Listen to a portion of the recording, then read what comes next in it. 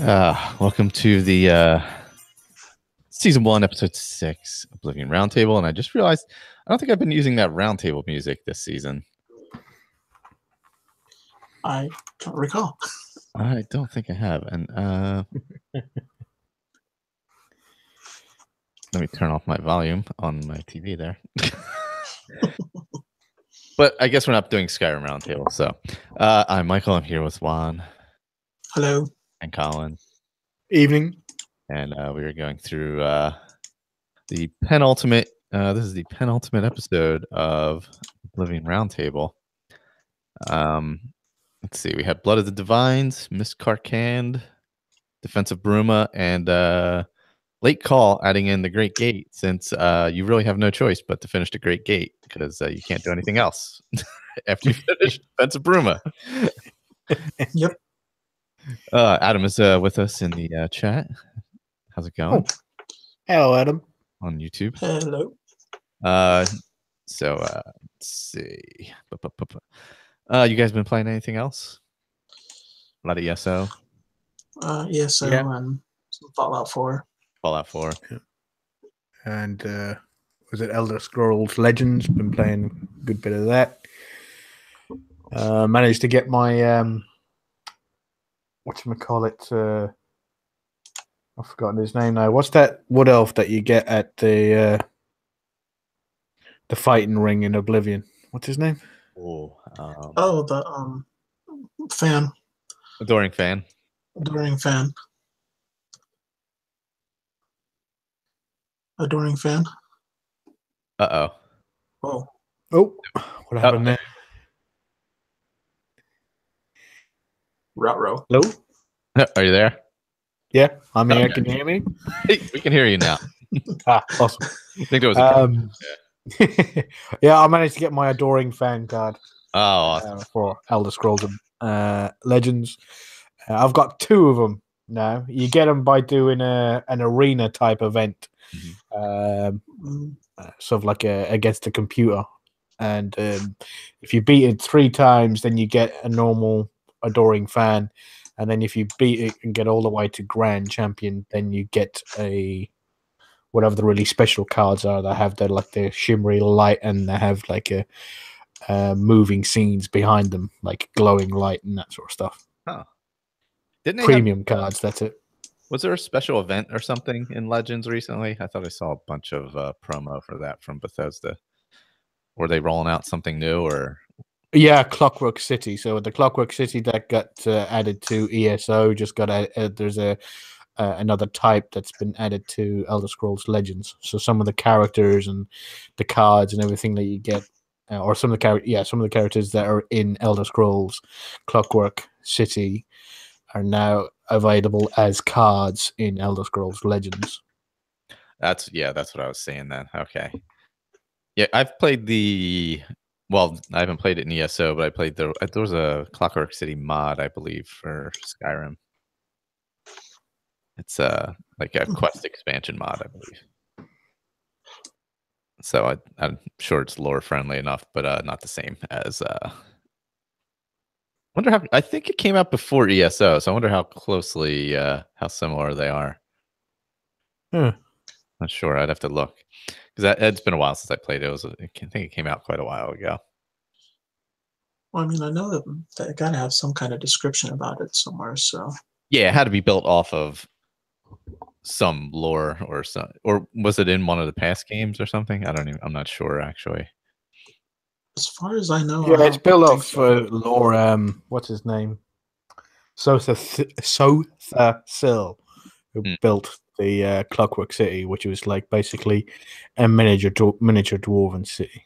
Yeah, I haven't completed Clockwork City in ESO. I only just got to the city now, and I just been playing PvP all the time. Yeah, that's what I'm getting set up for now. PvP run. Well, I changed one of my characters from Stamina to Magica. He's been my PvP character for a while now, since he reached level 10.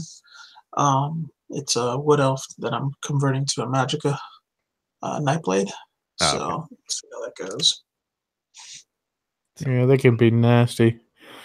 But mind you, there's no skill with Nightblades anyway. It's all running and hiding and having shuffle on so nobody can hit you and then disappearing. So it's not as if you can actually fight as a Nightblade. It's just that you run and hide. Yeah, this one's Magicka based, so there's no shuffle. Yeah. I'm doing light armor. So it's going to be a lot of just disappearing. Yeah, just disappearing so they can't hit you. Yeah, they're pretty squishy. Yeah, you're gonna watch out for the Magicka Dragon Knights, especially with Grothdar on. They get their talons on you. Well, that's what I do. Get talons on you, or get what should I call it? Fossil on you. Grothdar pops, and then it's just fire and blaze and was it flame lash? That's it. Yep. Bye. Still have to catch them. Yeah, that's the only thing. Well, that's what the volatile armor is for, and mage light. Yeah. Yeah, I've been out of the Elder Scrolls world other than my little bit of Oblivion play because I finally just finished up the whole main quest of Assassin's Creed Origins. How was that? I enjoyed it quite a bit. I liked it as much as some of the early ones. I didn't really play any in the middle there. I played the first couple, then it got to that Revolutionary War one. I dropped out. The first one I've picked up since then. So it was really nice. The exploration was great. The quests are a bit tedious, especially follow quests and a lot of very similar type quests. But story was solid. The exploration is great. The world looks really good. So that part of it's really enjoyable. I paid like $30 for it, so I got well worth my my money's worth out of it. So 30's not too bad. Yeah, it was on sale right around Christmas actually, and so I was like, oh, for $30. I mean, might as well give it a roll. Yeah, because I like some of the early ones, and it was good, good word of mouth about it. So I was like, let me give it a roll. So it was definitely well worth it. I enjoyed it. I still have, I think next I have, what's that one? That PS4 one? God, I can't remember. I played it a while ago. The second part of it came out. Uncharted. I have the latest Uncharted sitting there from the fall still, so I might break that out and get back into it. So play through that story. It's not super long. It's another like story-based one, so there's no real exploration or anything like that. You just kind of go on a linear path. And then I want to rebuild a new Skyrim character on Xbox One. Okay. Yeah, I remember the for Assassin's Creed, I played the first one and just couldn't really get into it. Past like the first 20 minutes, I think I played it. Yeah, the mechanics were a little, and I will say some of the fighting mechanics, even in this, like you get lost. Like if you're close to a wall, you can't see. Sometimes there's some funky things you notice. It's certainly not perfect, but I think at the price point it was good. I don't know if I would have been thrilled if I had picked it up at the full price. Yeah, I know they've definitely, from what I've heard, they've improved the game and everything. Because I even I had a friend who was big into really like the first one, but he said, yeah, it is really repetitive. Oh yeah, incredibly competitive or repetitive.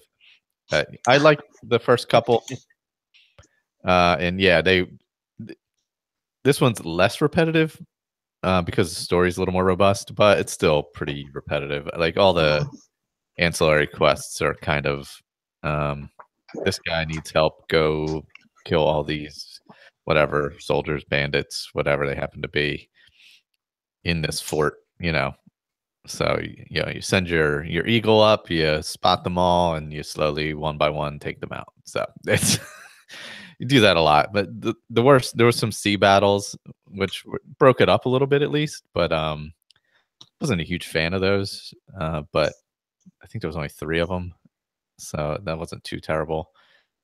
And you actually only exited the Animus twice, so it was really, really a small part of the story. Oh, that's good because the first one I think was a big part of it, right? Oh yeah, you used to get out of that thing like every 5 seconds. It felt like. But I don't know if, like, I was talking to Victor last time about it. I don't know if that was a mechanic of the time where they needed that break to reload a new area or something like that. You know, Right. I don't know if it was a necessity to put it in. Like, whereas this time, like, it was barely part of the story at all. You know, I guess I could have gotten out of it more. I don't know if that would have led to more story or anything, but I didn't do that. So I tend to just like the one world and not the other. So it's, and you did flip between 2 characters at some points, not a lot, which was fine for the most part. You just kind of, when you flip to the other character, you lose all your gear and weapons that you had in the other one. Oh, So wow. you build up all that stuff over time, and then you're like, I would like to use that stuff, but you can't, and that's a little funky, but it generally doesn't really affect anything. So Victor must love that. He gets to start a new character every time. Yeah, yeah. Just starting over in the middle of the game, which he doesn't do perfect. Just start right again. Just yeah. Well, each one is supposed to be like in a different time or something, right? Yeah. This one was like Egypt and the Roman Empire kind of thing, Cleopatra era. Just this is obviously, by the title, Origins. It's the beginnings of the Assassins Guild or whatever, Creed, whatever. Okay. So it's basically that whole story. So do we find out that Cleopatra didn't actually kill herself? Yeah, there's some funky history in it. I don't know if you'd really want to rely on Assassin's Creed for your history, but there's some interesting twists and turns. Yeah, I know that on Xbox games with gold, that quite a few of them have been on for free.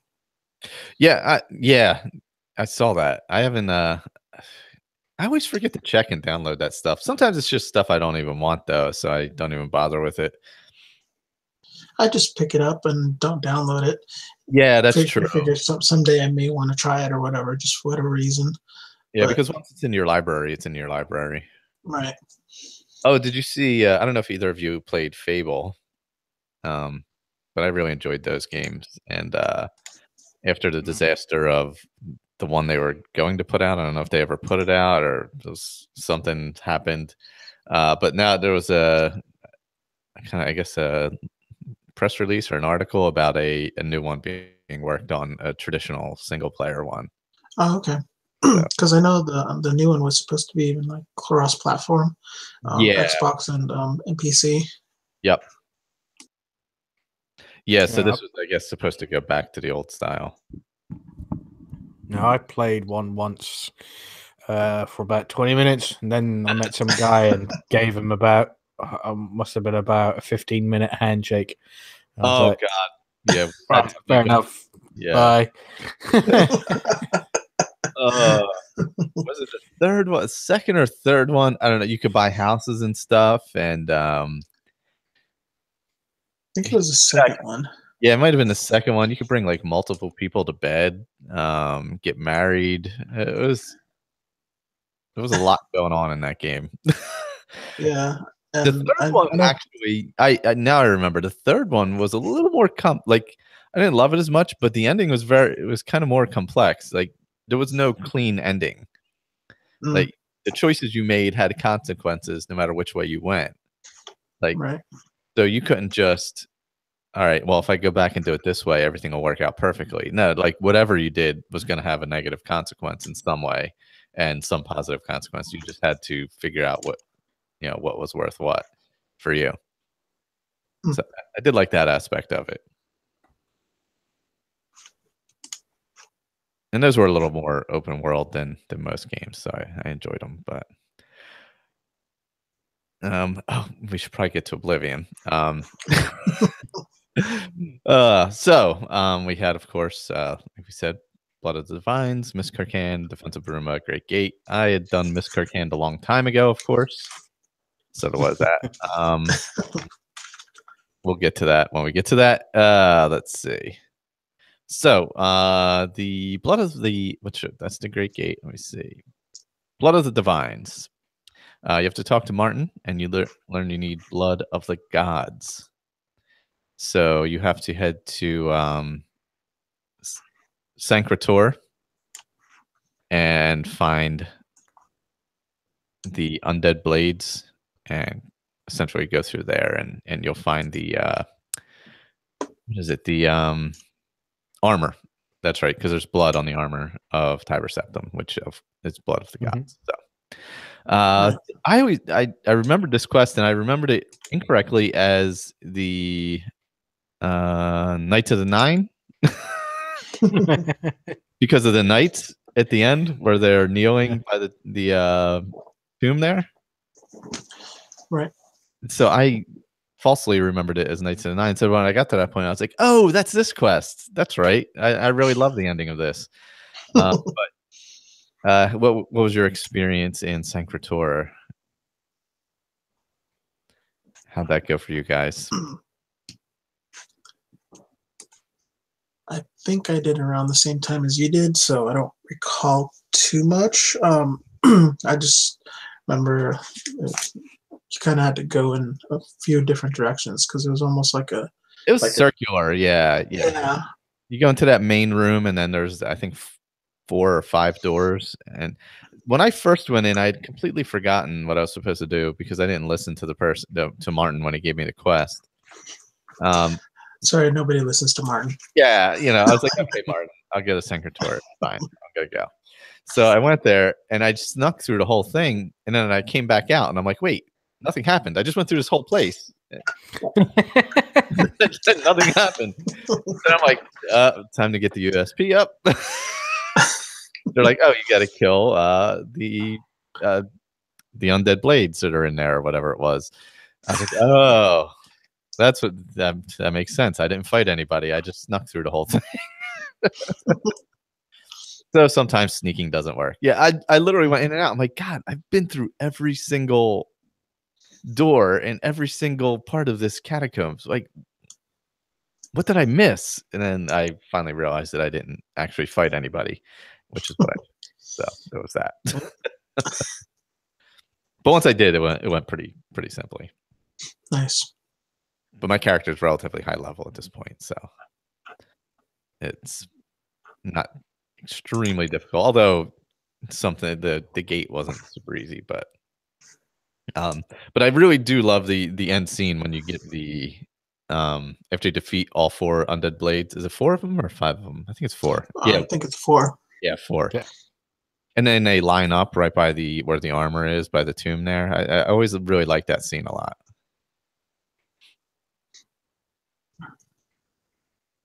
Well, so you did free them, so. Yeah. I mean, they're happy. They're no longer skeletons. Right. No longer trapped in skeletons as undead. So yeah, Martin uses that blood to as part of his. Well, he's going to use that blood, I should say, as part of his ritual. Right. So you return to him, bring him the armor, and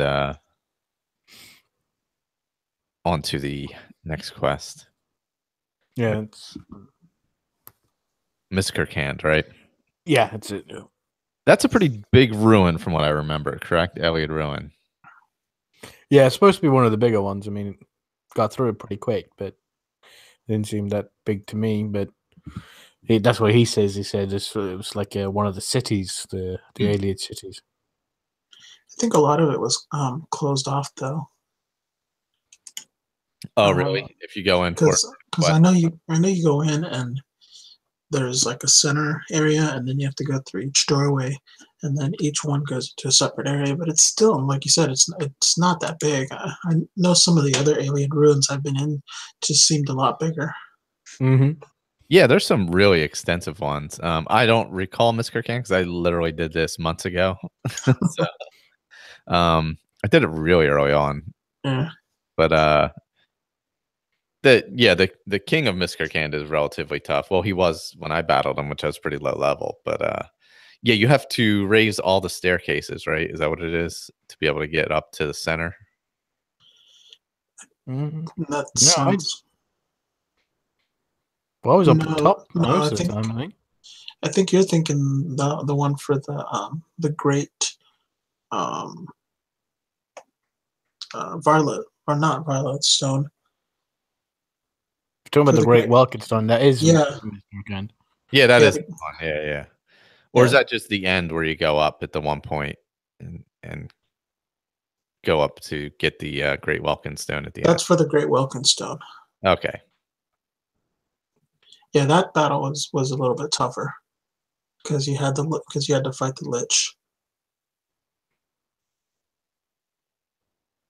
Yeah, that's the king. Yeah, you have to defeat. Right. And that's Yeah. the third thing you need it for it. So there was the armor was the blood was the second. I think we picked up the one last time, which was no, it was a couple times ago, right? Blood of the Daedra. We Look at the grabbed. Yeah. Daedra, just Yeah. Yeah, any. you had to give him a Daedric artifact. Yeah, that was That's it. what it was. Yeah, that was in back in episode 3. So that was like 2 months ago. But yeah, and then of course we have the blood of the divines, which was Tiber Septim's blood in his armor, and then the Great Welkin Stone in Miscarcan. So, Yep. and then There was it inside there? There was I had like headless zombies, loads of zombies, goblins, and wraiths. I think. No, skeletons. That was it. And then you had the king right here. Yeah, the zombies were horrible though. I feel like The regeneration was ridiculous. I mean, I had to keep setting them on fire and just keep hitting them. Even the Dremora Lords took a while to take them out. Because I had to sit there and keep setting them on fire so the regeneration would slow down a little bit. Because if I even slowed down on them a bit, I'd see their health start going up. I'm like, really? Back up, yeah. The trolls, those things chase you all over the place. Oh yeah, they don't stop either. Like you can't run away and hide; they'll just come find you.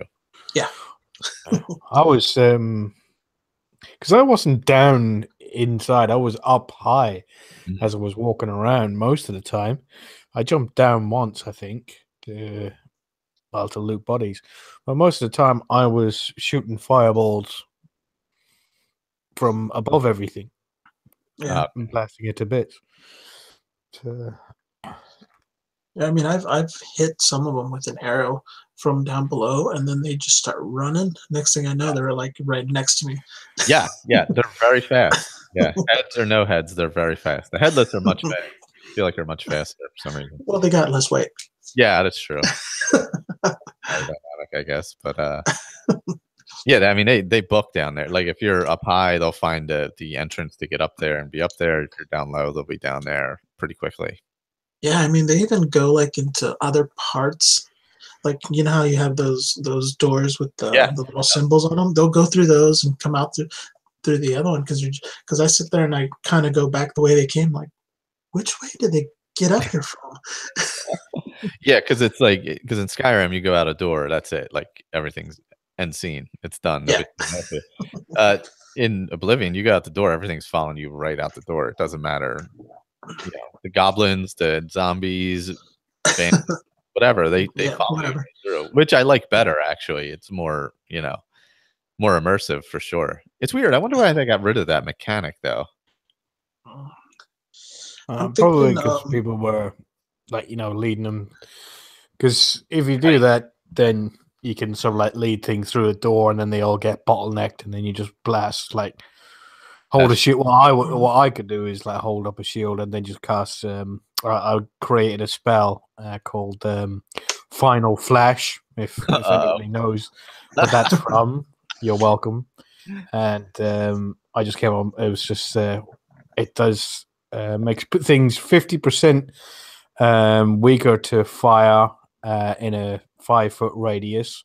So when they're all stacked up on me, and then also does, was it 70 or something like that fire damage in a 5-foot area. So Oh wow! So yeah, you're Wow.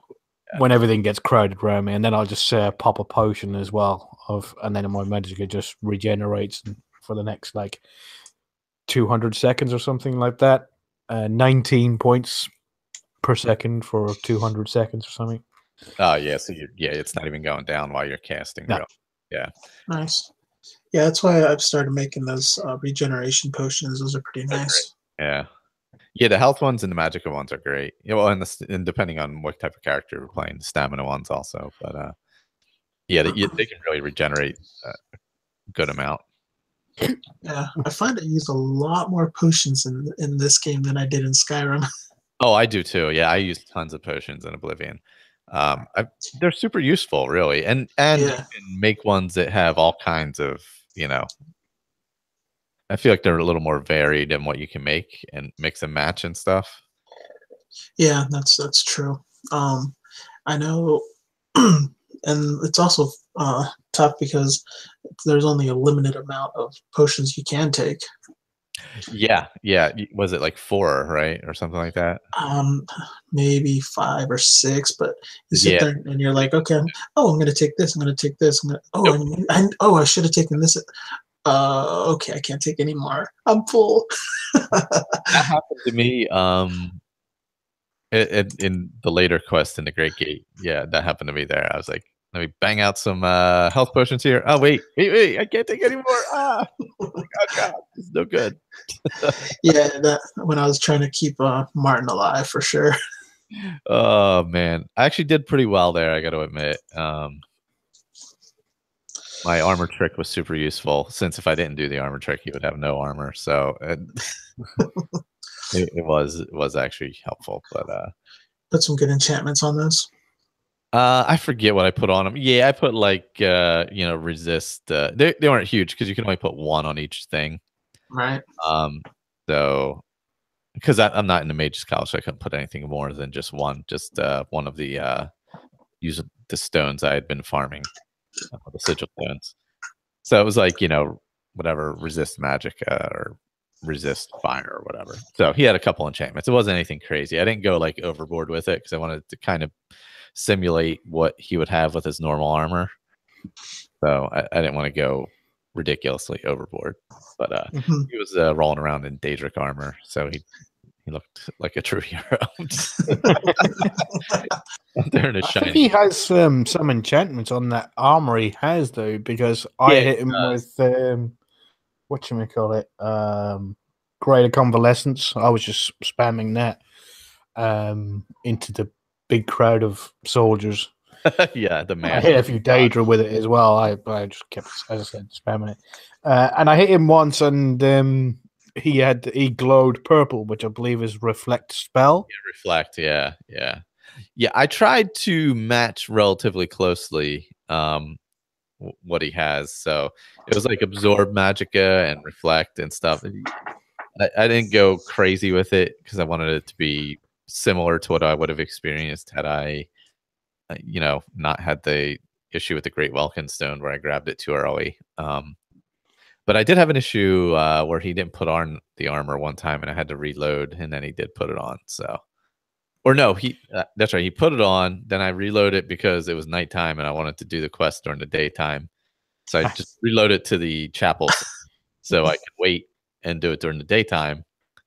And then I went out, and then he didn't put it on, and I'm like, oh crap, now he's not going to put on the armor. Great. I took my chance, and he put it on. Now he's not going to put it on, but as soon as we got out of the gate, he had it on. So he's doing his speech, walking back and forth in his Daedric armor, which was interesting.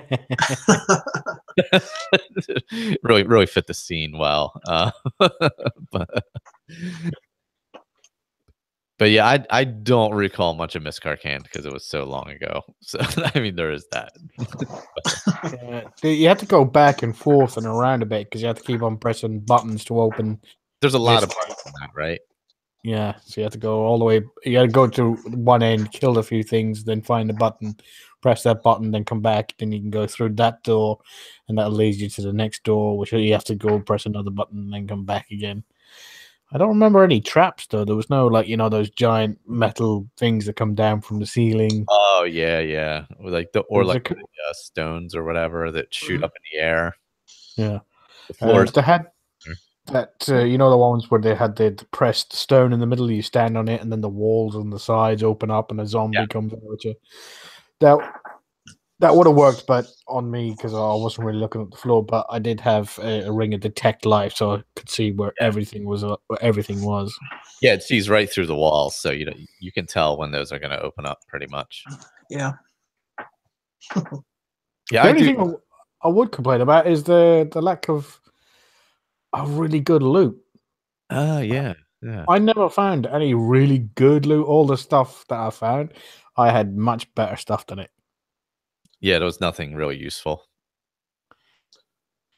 You had the loot from the blades. So you had like a named weapon does 20 frost damage. Yeah, their weapons weren't that great. I ended up not really taking much of their stuff. There was a shield and there was a shield, a named weapon, and a necklace. I think that was like 4 or 5 block, 10, and then the shield was, I think, reflect damage 9%. Mm-hmm. As I said, the sword was 20% frost damage, but I think it was two-handed. Yeah, I think it was. I think you're right. I think I used the shield for a little bit and then kind of moved on because my character's sword and shield. So yeah. Well, I had just finished the Knights of the Nine just prior to doing this one anyway. Oddly enough. That's some. You're not really gonna find anything better. Yeah. So I was like, well, and I'm rolling. I have my stuff I use anyway. That's I'm like I said, I'm at 95% chameleon or whatever it is. So it's nothing sees me. So I don't really change it out very often. The only thing I do change is my headgear. At night, I wear the one with Night Eye and Detect Life, and during the day, I actually wear the black hood from. I finished it at Dark Brotherhood. I did the Dark Brotherhood actually between episodes. Okay. Really love the Dark Brotherhood. Oh my gosh. They have nicer rewards too.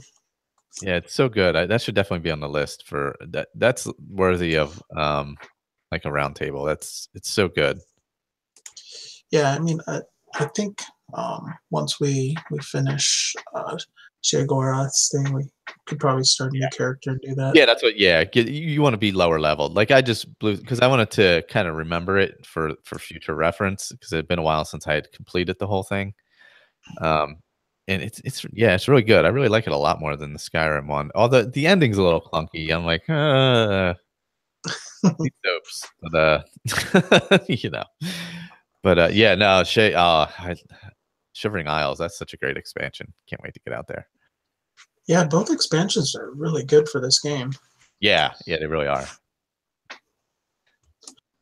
So yeah, after that we go back up to Cloud Ruler. Give Martin the Great Welkin Stone, and he's already in his armor as well. Well, the armor I get anyway. Yeah, he's not in his armor. For those of us to complete it the correct way, he is in his armor. For those of us who accidentally grabbed the stone, he is not in his armor. But he didn't. Actually, he didn't say he was getting the armor to wear it. He said he just wanted the blood, didn't he? Yeah. And suddenly, then he's like wearing it, and I'm like, this is really all nice. right, that's like, a bit presumptuous, isn't it? Joffrey's like, all right, mate, calm down. That's Tiber Septim's armor. What the fuck you doing? Fits. Yeah, gotta wear something. I think actually here is where I gave him his armor. I reverse pickpocketed him. So to clarify, I picked up the Great Welkin Stone way early in the game, which causes a glitch where Martin won't put it in his armor.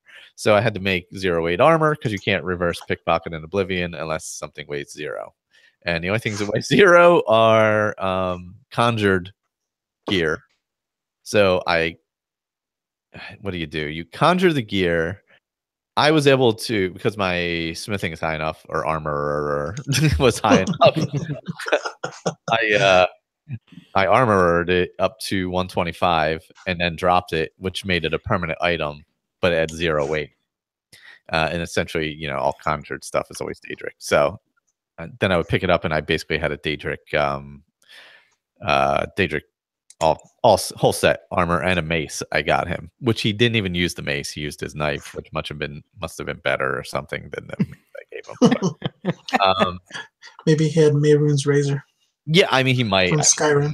Yeah, I don't know what he had, but like he had everything else but the mace. He was using something else. Unless I forgot to give him the mace, which is possible. I may have just given him the armor and totally forgot. But so I built all that, and I put 1 enchantment on each thing with sigil stones, and the same thing with the mace. And I labeled them all Martin's gear, so I wouldn't get confused on whose gear it was. And then gave it to him. Reverse pickpocketed, gave it to him, and it all worked well. And he eventually did put it on, but not until we got outside the gates of Bruma, and I was concerned that that was not going to go well. But he did put it on, so there is that. But yeah, so we talked to him in Cloud Ruler. He puts on the armor, and we head off to Bruma and meet up in the chapel. Correct? That's where we meet everybody. Or do we meet? Yeah, you go and talk to the countess in our place, and you tell her what your plan is, and then head to the church, the chapel, of Talos. And then you talk to a couple people, and then you tell her when you're ready, and everybody runs out the gates, down the hill. There's multiple gates opening, and we're waiting for the great gate to open. But before that, Martin gives a great speech, and if he's wearing Tiber Septim's armor, it looks fantastic. Also, it's very confusing if he's wearing Daedric armor, and there's a lot of Daedric coming through the gate. I was just a lot of Daedric. Just a heads up on that. So there is another negative to the Great Welkenstone issue, is that you have to dress him in Daedric armor, and then he looks like some of the folks coming through the gate. So I tried not to shoot too much near him or fire anything too much near him. I tried to just put my Daedroth over there or shield him or things like that, because it's can so easily get confused in that massive battle of things coming out that it was just something. I didn't want to accidentally kill him, because that would have been ridiculous. Yeah, I think he died. I had to reload twice. I think he died. Yeah, that's not bad. He died once, and then the other time, he died accidentally. I think I killed somebody, and everyone was like, "Oh, you killed somebody!" I was like, "Oh, fuck you!" So I reloaded that because that's stupid. And then I was having so much fun killing everything. Even after the Great Gate opened, I just carried on killing. And then suddenly turn around. Oh wait, Martin's dead. Shit. Right, let's reload that. And then the minute the Great Gate opens, then hop through it, because then he becomes immortal again. I had the bright idea of I had a scroll on me of summon Zifkin or Zifgali, whatever it's called. Oh yeah, the Exige of Zivalvi or whatever it is. Because you get out of the scroll of that. And then that's a twofer, because he'll summon a clan fear as well. Oh, that's right, because he summons. Yeah. So I summoned him, and then I couldn't distinguish between him and all the other ones that were there, all the other clan fears. So I'm pretty sure I killed him after I summoned him like 10 seconds. Oh god, that's great. I'm at 99, and at the very edge of conjuration of going to 100, and I'm like, I just want to get to 100 so I can cast the Storm Atronach. But then, 15 of them came out of the gate anyway. So I'm like, well, even if I cast it, I'm not going to know what the hell one's mine anyway. So it really doesn't matter. No real Daedroths were coming through. So I kept casting that, because not many of them were really coming through. It was mostly higher levels. Yeah, I only saw one. Yeah. And the real problem with actually casting one of those is if a friendly hits it, it's going to attack the friendly. Yeah, and it's powerful. Yeah, and it has lightning. So there's multiple issues with it. So I stuck with the Daedroth because it's a good kind of tank to send it out there with its shield and all that. It puts that shield spell on or whatever it does. And so I just kind of roll that out there, and it kind of takes a lot of hits. So I kind of kept that near Martin. That was kind of my strategy, which worked out pretty solidly. He survived. So I just followed the green arrow. I think I ran through it twice because the first time it said somebody, a quest giver or somebody from a quest just died. And I thought it was Martin, so I just went ahead and reloaded. But then I remember, I'm like, no, if Martin dies, it tells you Martin died. Yeah, if Martin dies, it's over. Yeah, but I know Joffrey died. So Joffrey's dead, and 2 of the guards from the cities are dead as well. Yeah. Hopefully it doesn't hurt me later. Oh, yeah, I haven't died. Yeah, I don't know who died as well. I think maybe Boris is dead because I managed to save Boris, and he comes with you with Joffrey and Martin to the fight. I think he might be dead, or it might be Joffrey. One of the two, I think. I definitely saw Akaviri armor lying on the floor. Yeah, I went through after the battle and just started picking up everything I could and repairing it, and then just putting it back on the bodies.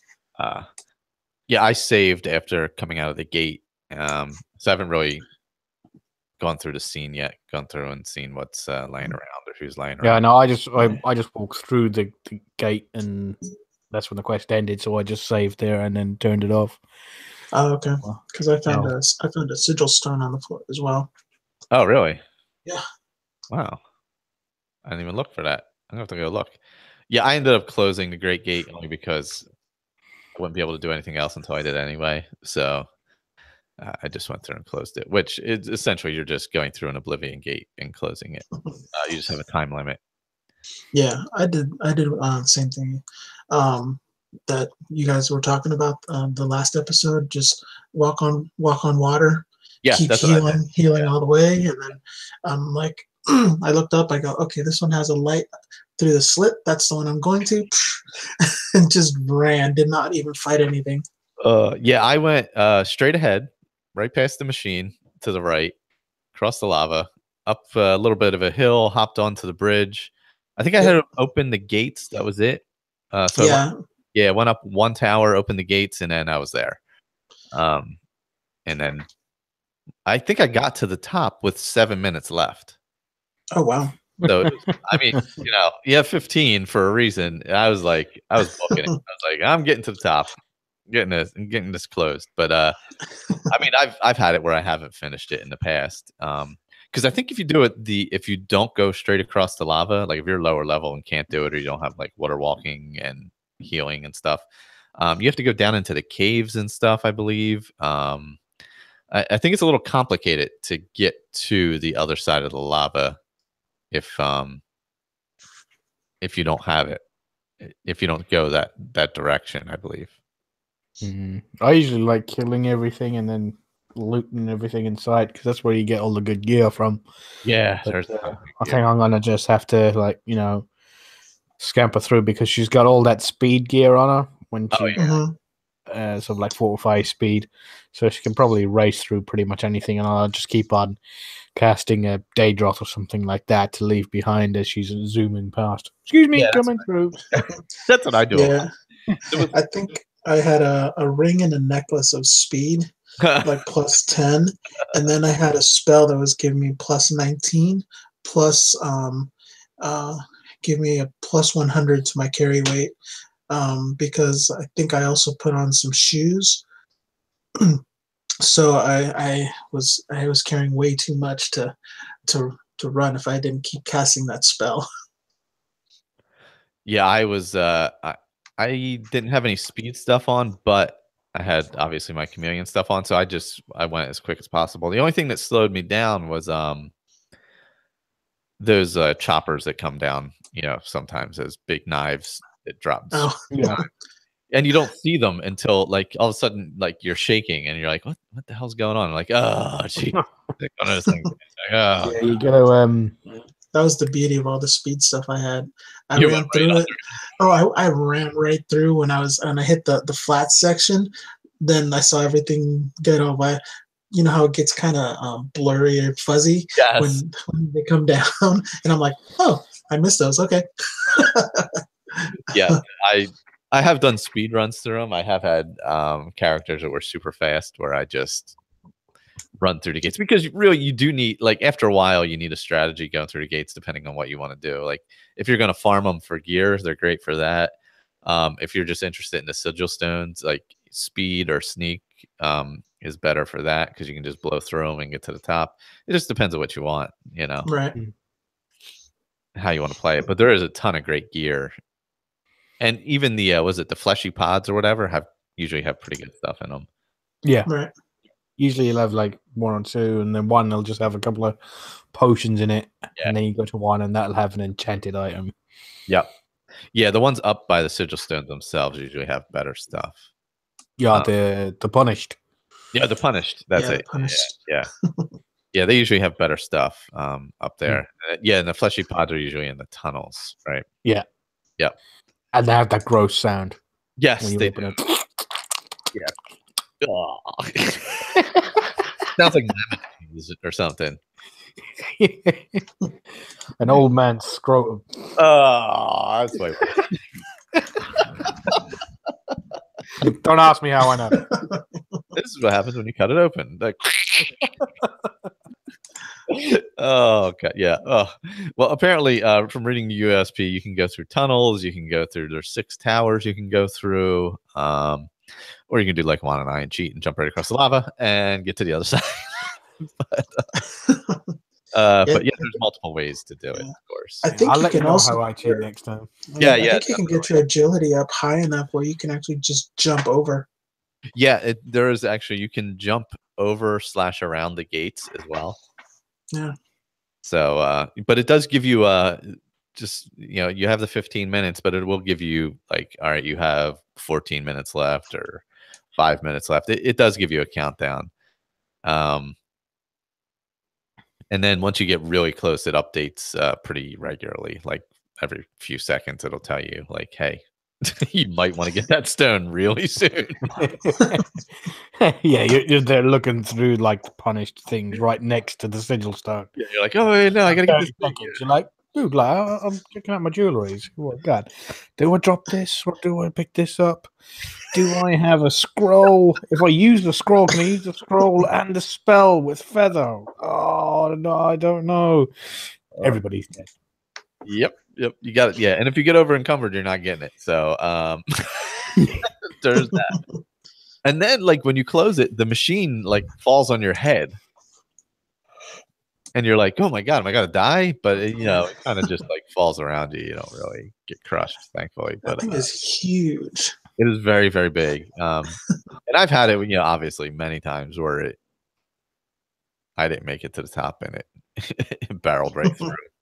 It's a very interesting machine that comes through to the other side. But yeah, I mean, I would say if you've never played before, definitely let it go through one time just to see that kind of ending.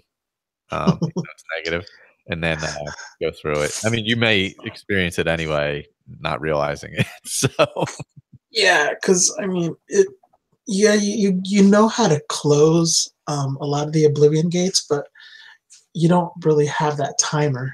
Yeah, you don't have, and then if you're not doing the shortcuts, if you're lower leveled, if you just went into the main quest and kind of went straight through it, it's definitely a much slower process. And yeah, there's a lot of stuff that can kill you.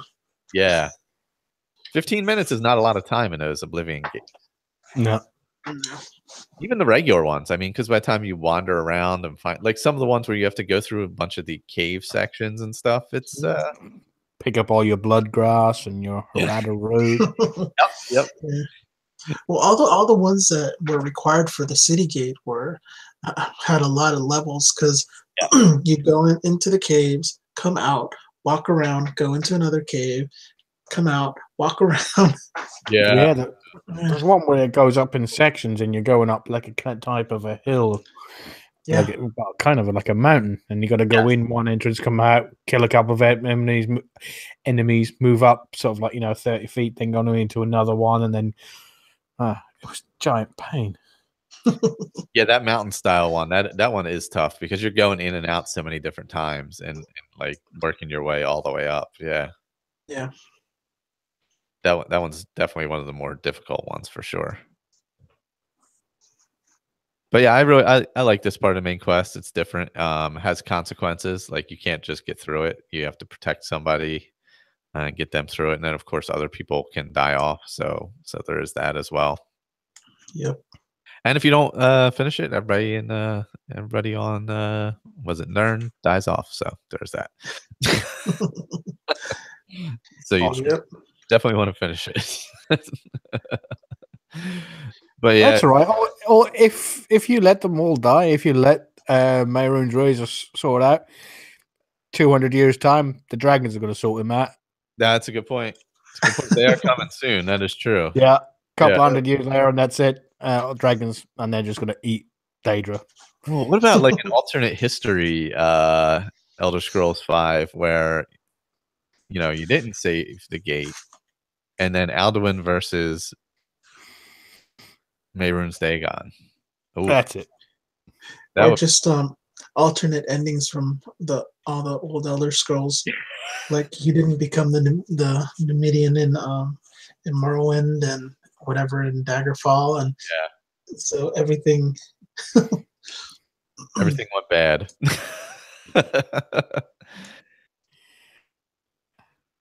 Dragons versus Daedra everywhere. That would be those would be some interesting. Awesome. That's a mod for you. Yeah. You're that's it. You're not a dragonborn. You're a Daedra. And you're coming in on a cart going along on a pool of lava. Alduin comes down and starts eating all your fire atronachs. Yeah, every NPC becomes, instead of the races, becomes one of the Daedra. That's it. Spider Daedra running around. You're all cutting each other's hearts out and making healing potions out of them. Yeah. Dark times in Skyrim. Patent pending. I guess the vampires wouldn't be all that much of a threat at that point. No, they're the toadies. They're the ones who run around sort of like, getting you drinks. Yeah. Yeah, they wouldn't have much power in that world, I wouldn't think. It is funky seeing the siege crawler, though, is interesting, though. You don't really see any large mechanical devices like that other than at the ending here of the Great Gate. Right. It's a very non-magical or non-fantasy thing. I guess it's fantasy because it's obviously, but it's very mechanical, and which is odd, coming from the Oblivion plane. It's not like some massive Daedra or something. It's almost like if it was like Dwarven or something. Yeah, it kind of has it does really have a Dwarven feel. So I wonder, maybe like, did they get some inspiration from did Mehrunes stir that drink a little bit and give them a little boost to their society that maybe bit them in the end? Well, maybe they claim to not what do you call it? Pray to any gods, but they actually made a deal with Mehrunes Dagon. That could be possible. That would be interesting to find out. Who knows if we ever will, or if we'll ever get another game. Yeah. Is there any news about this space game that they apparently have made or something, or is that still? I've not heard anything on that. Yeah, you're right. That's right. There was supposed to be a space game coming out, right? Yeah, can they get that done? Please. Yeah, can we? Yeah, just finish it so you can start on Elder Scrolls.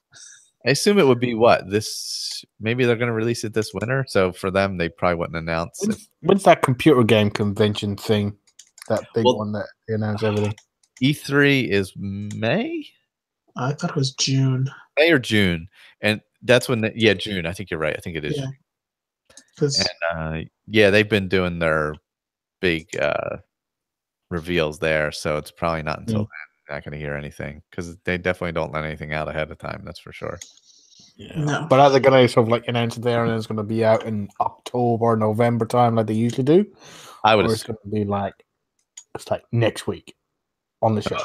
Yeah, they've done that too, though. Yeah, they have done the quick release with some ESO stuff, right? After E3, I believe. They've done, what is it, Fallout Shelter that night, didn't they? E3? That's right. Oh, by the way, Yeah. we made Fallout Shelter. It's Go. released now. That's right. That's right. They did. Yeah, the You year can they announced download it Fallout. now. Yeah, that's right. I forgot about that. Shelter they announced right at that thing too, and they put it right out.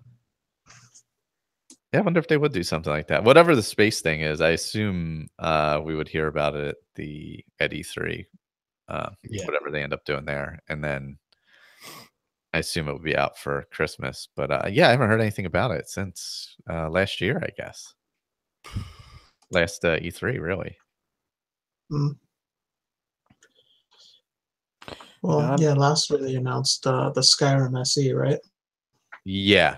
What was the last thing they released? It was Dishonored, right? Something like, a whole game original, not like a reboot or a remaster. That was the last thing they brought out, wasn't it? Dishonored? They also announced the one where the stealth game.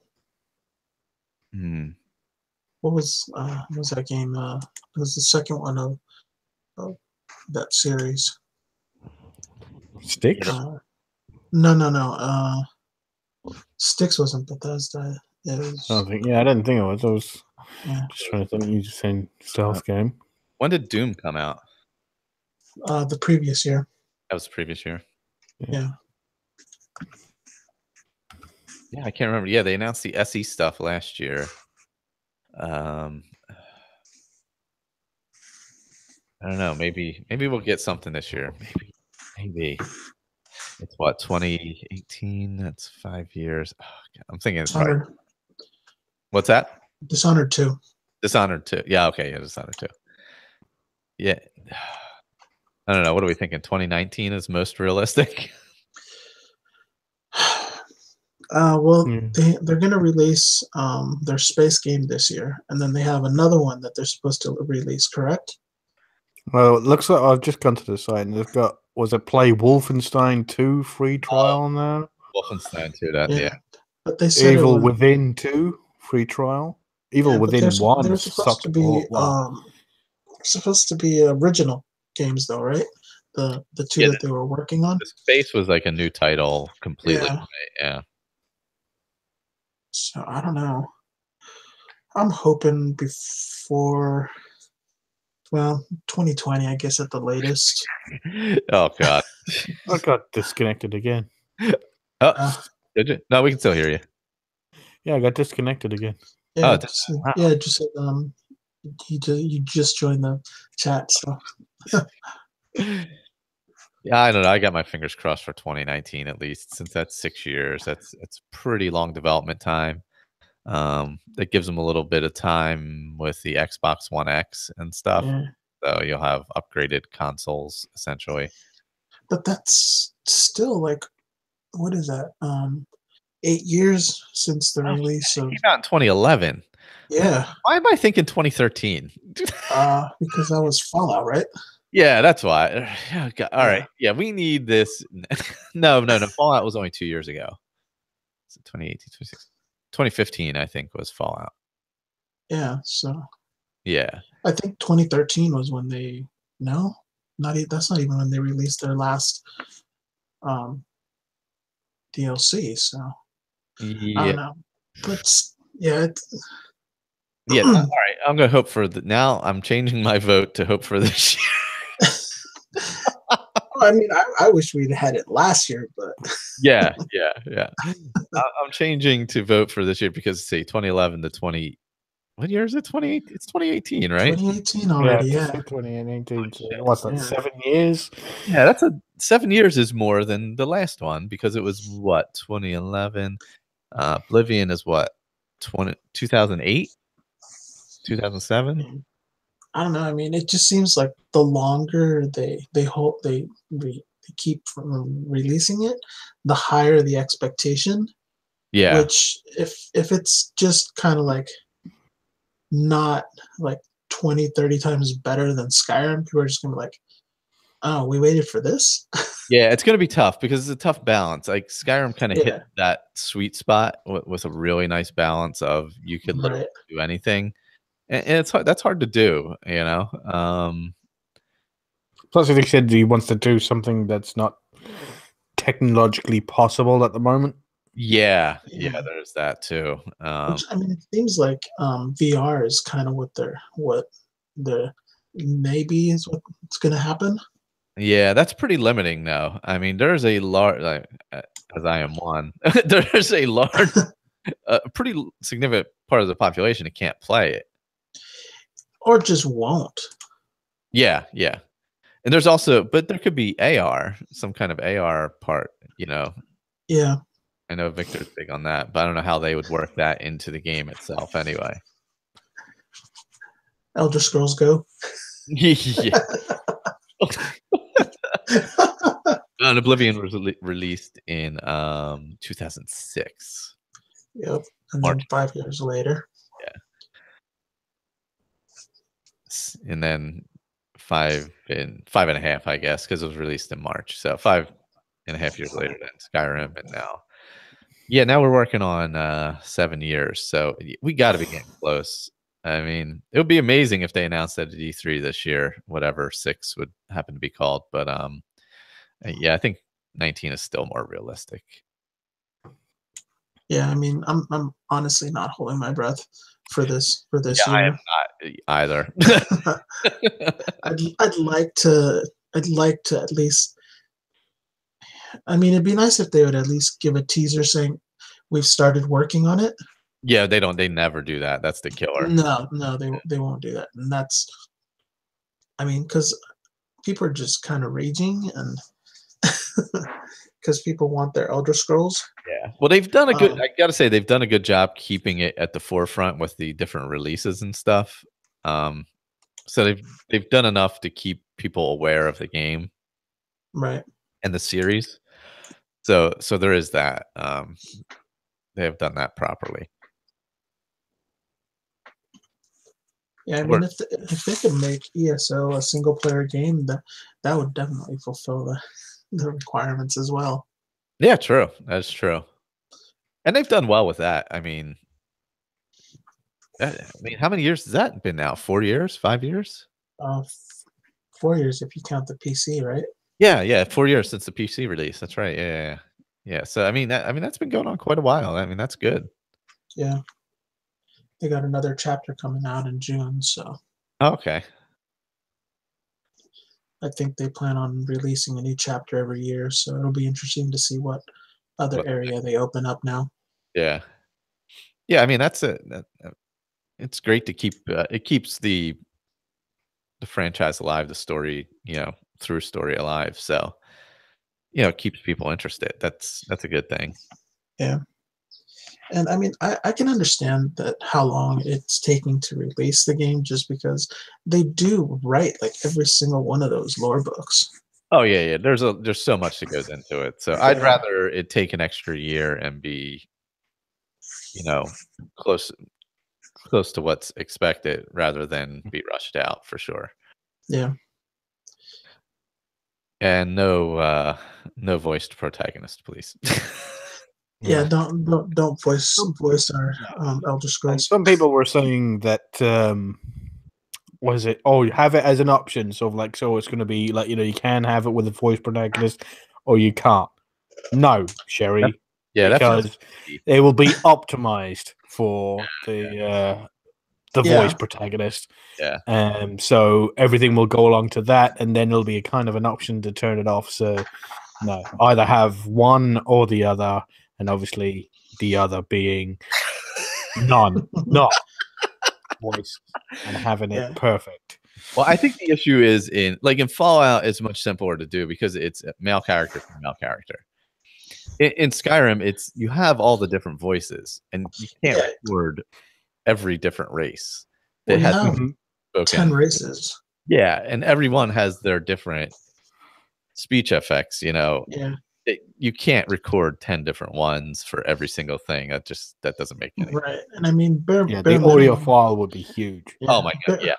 Bare minimum, you're looking at about 20 different voices. Oh yeah, Because you got male and female. That's right. Yeah, for each one. So yeah, and then they're going to be introducing dwarves as well. So you can probably play as a dwarf when they bring them back in the next game.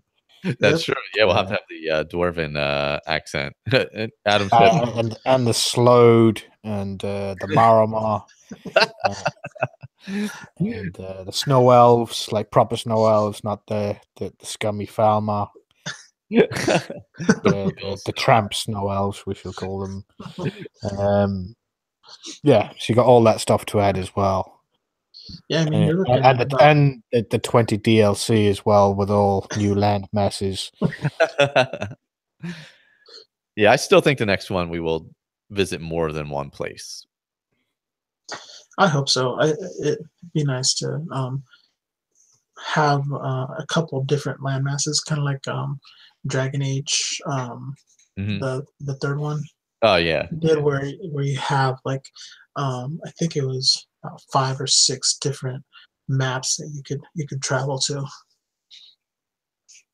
Yeah, that would have those as 2 different factions, like starting islands, like an ESO.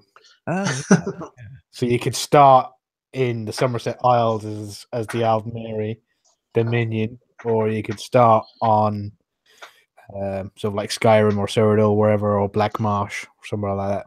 I really think it's either going to be in Black Marsh, or I was thinking maybe Hammerfell, because with their they're still resisting the Aldmeri Dominion there. So maybe so each character would have like an origin story, and then end up at the wherever it's going to be. Well, I think we all know the origin story. A prisoner. You're gonna be. We all know where you're starting the next game. I thought you were going to say you're an Englishman in New York, so I was like, okay. Yeah, you're going to be in prison in Black Marsh. You're going to be in prison in Hammerfell. Wherever you're in prison, you're going to be. A Connecticut Yankee in King Arthur's Court. Yeah. It would be cool though if you kind of, based on what race you picked, that you started in a different spot though. That would be interesting. Yeah. Like that would all depend on where you're jailed and for what reason. That would add a little different twist to everything.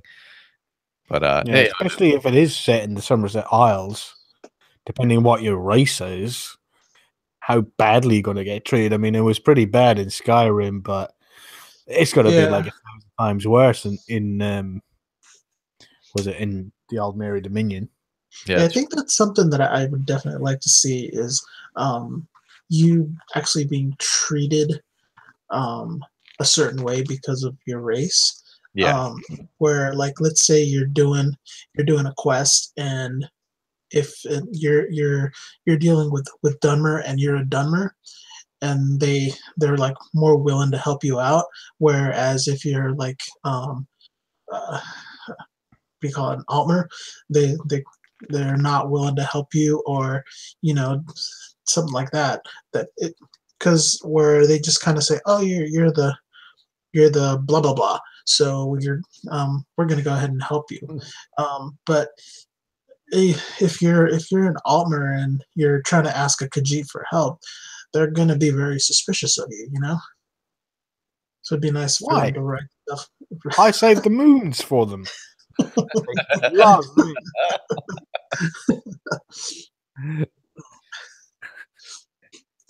Well, if that's the case, then they would sit there and worship you, and they'd be totally willing to help you out. That's true. Yeah. Just like they should. And they carry my back. They're from elsewhere. Is that what it is? Yeah. We're elsewhere, whatever it is. I wonder if we maybe go there a little bit. Oh gosh, that would be nice because they've got a good. What is it? It's in one of the stock lines from the Khajiit traders saying that they come from lands which have got sand dunes, deserts, and wild tropical jungles. Yeah, that would be nice. That would be nice. A nice contrast, sort of like not just sort of like Skyrim where you have kind of like rifting sort of area, but it's called kind of like similar. Whereas if you go there, it's got just jungles in one part and fucking rocky dunes in another part, and deserts and badlands and stuff like that. That would be nice. Yeah, because then even if you add it like a survival mechanic where when you were crossing the desert areas, it became more difficult. Things like that. It allows for that kind of stuff too. Plus, there'll be Khajiit everywhere, so that would be awesome. Yeah. Everybody loves Khajiit. Yes. Yep. And then in the middle of the desert, there's a giant sifting wand that sifts all out of the desert.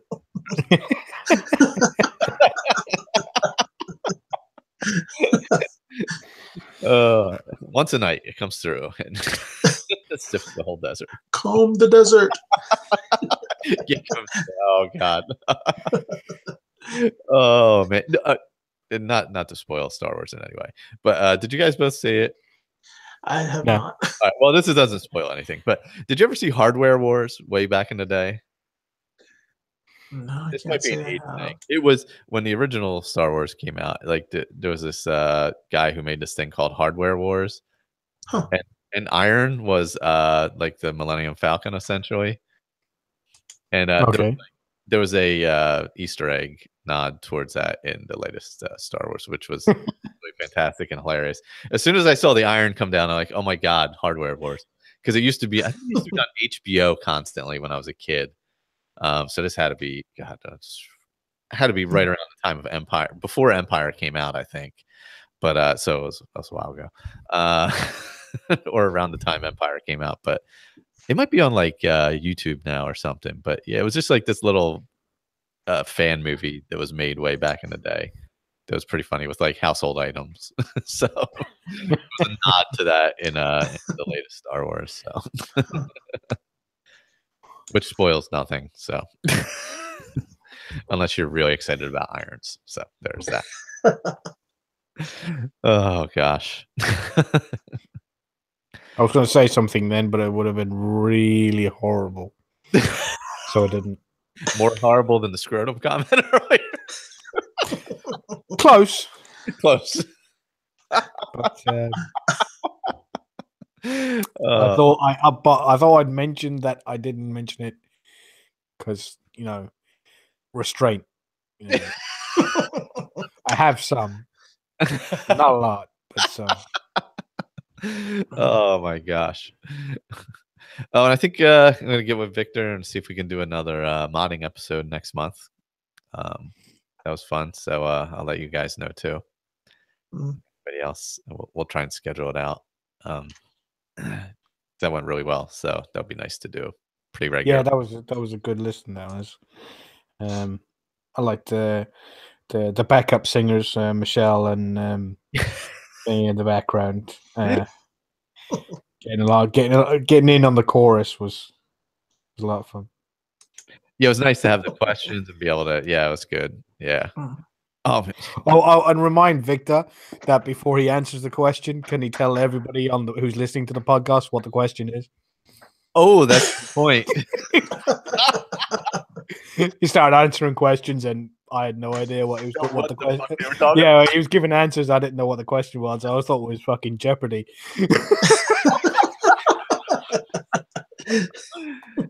That's a good tip for next time. I'm gonna write that down here on the whiteboard. Yeah, question. I do actually have a whiteboard over here that I put the dates down on, so I don't forget them. I was going to say, I see you display your medals for your marathon. Looks very nice.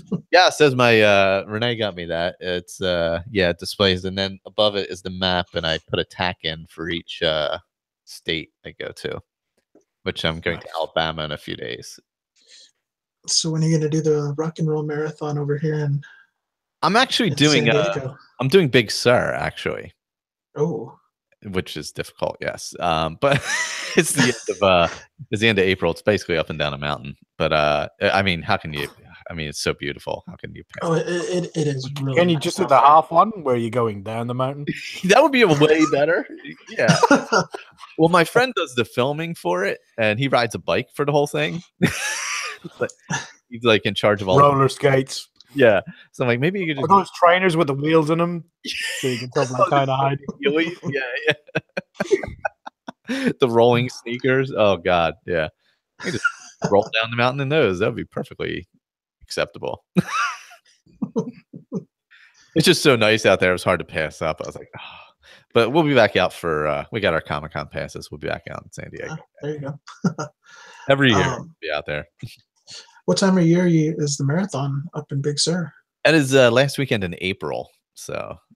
Okay, so it'll still be a little cool. Yeah, it was like 0 degrees 2 weekends ago. So, and 0 degrees Fahrenheit. So, it could. It's not going to be cold enough where it's going to matter. Yeah, I think worst case scenario, you might get some rain over there.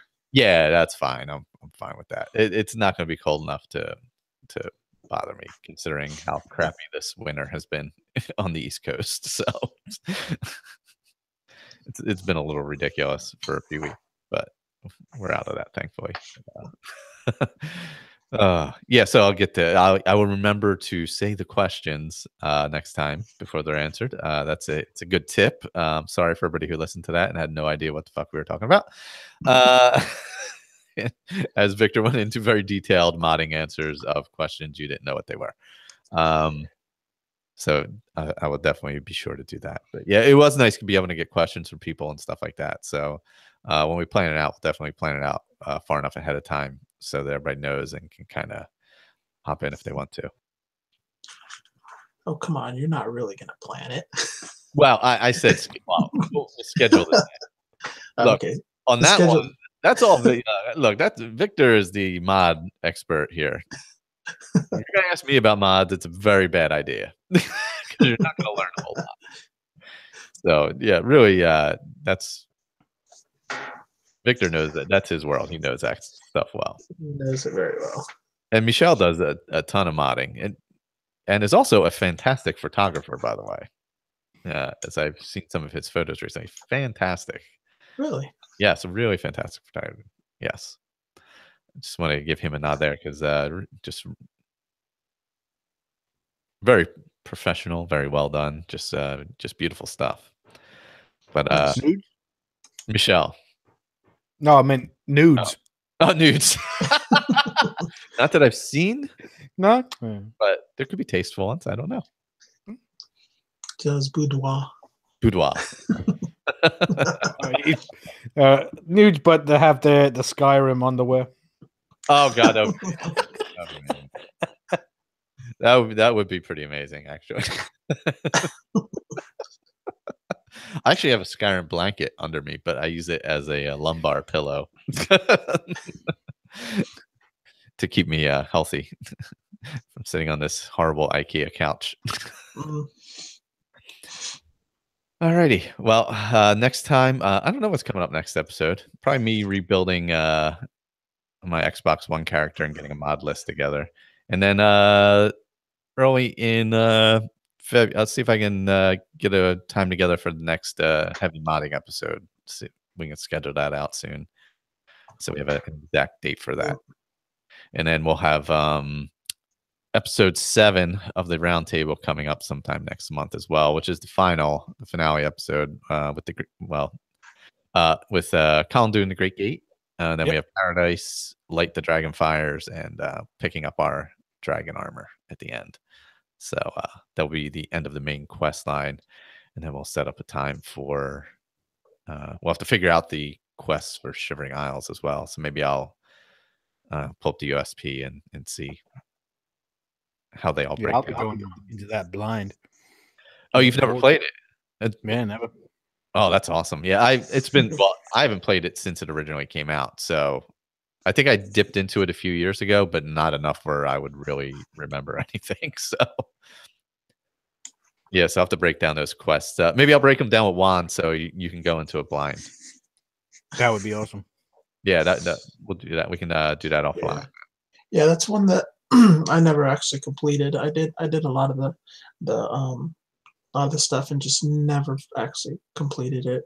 Okay. So that'll be fun for me to actually finally finish it. Awesome. Yeah, well, maybe I'll just go through the quests and we'll break them down as best we can. And if like they kind of like this one where it's like the Great Gate kind of didn't line up properly, we can go through it, whichever one. It doesn't matter. Yeah. Yeah. Yeah, I think only thing is there's like a good side and a bad side, if I remember correctly.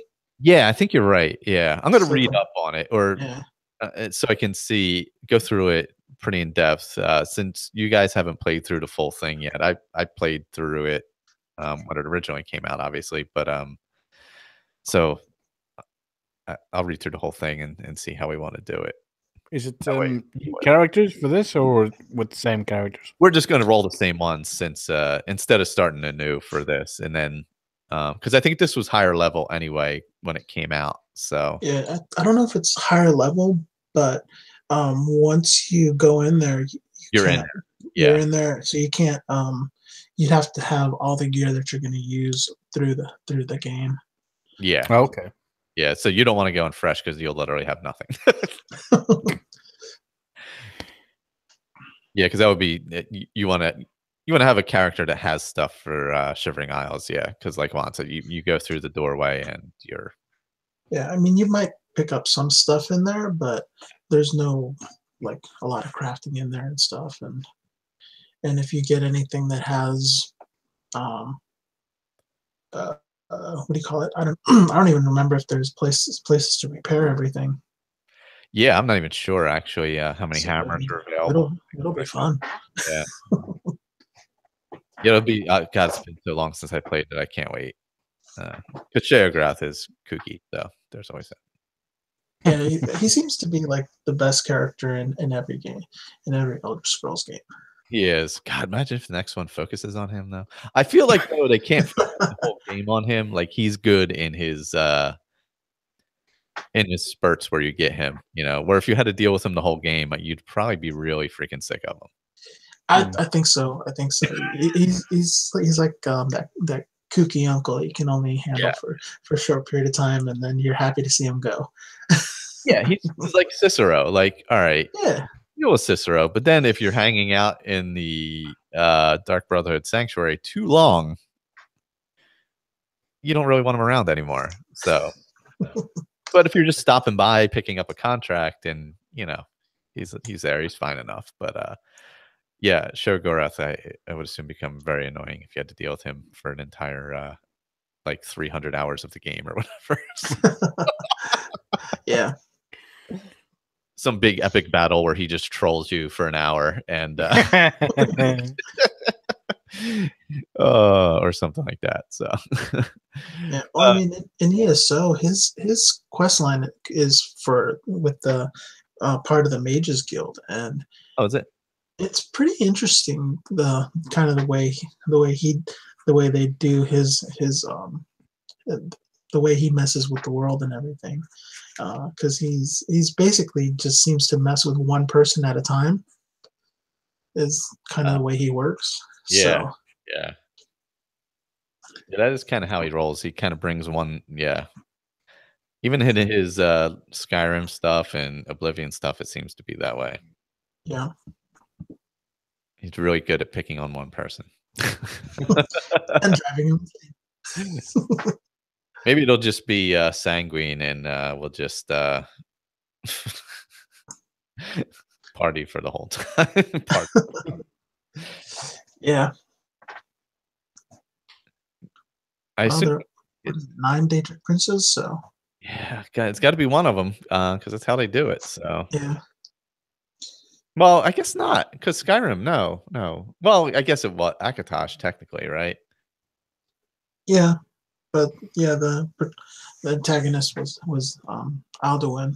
Yeah, but which was created by Akatosh. Isn't there lore that he actually is, though, in some lore? There's some people, some claims that Akatosh is also Alduin.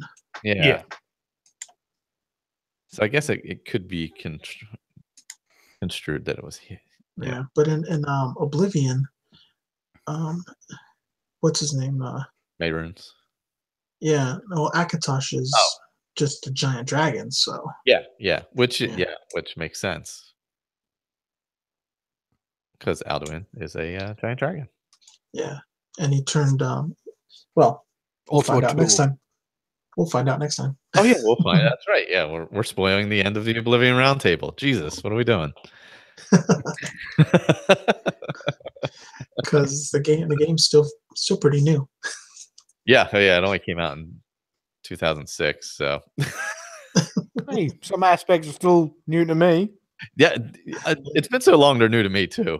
Other than like main quest stuff, which I played enough times, but like other things, I'm like, oh god, I totally forget. It's great being old. You forget shit, and it feels like new. So that's all you got to do is just get old, and get like all the stuff you played, and it'll be really fun again. Yeah. Oh gosh. All right. Well, if you want to contact the show, askyrimaddictpodcast@gmail.com. Thank you to all the patrons. Thank you to Adam who joined us in chat on Patreon today. Later, Adam. See what happens next time. I'm not sure. Yeah. And we'll let you know when the schedule for the next one of these is. So take care, everyone. All right, see you in Cyrodiil.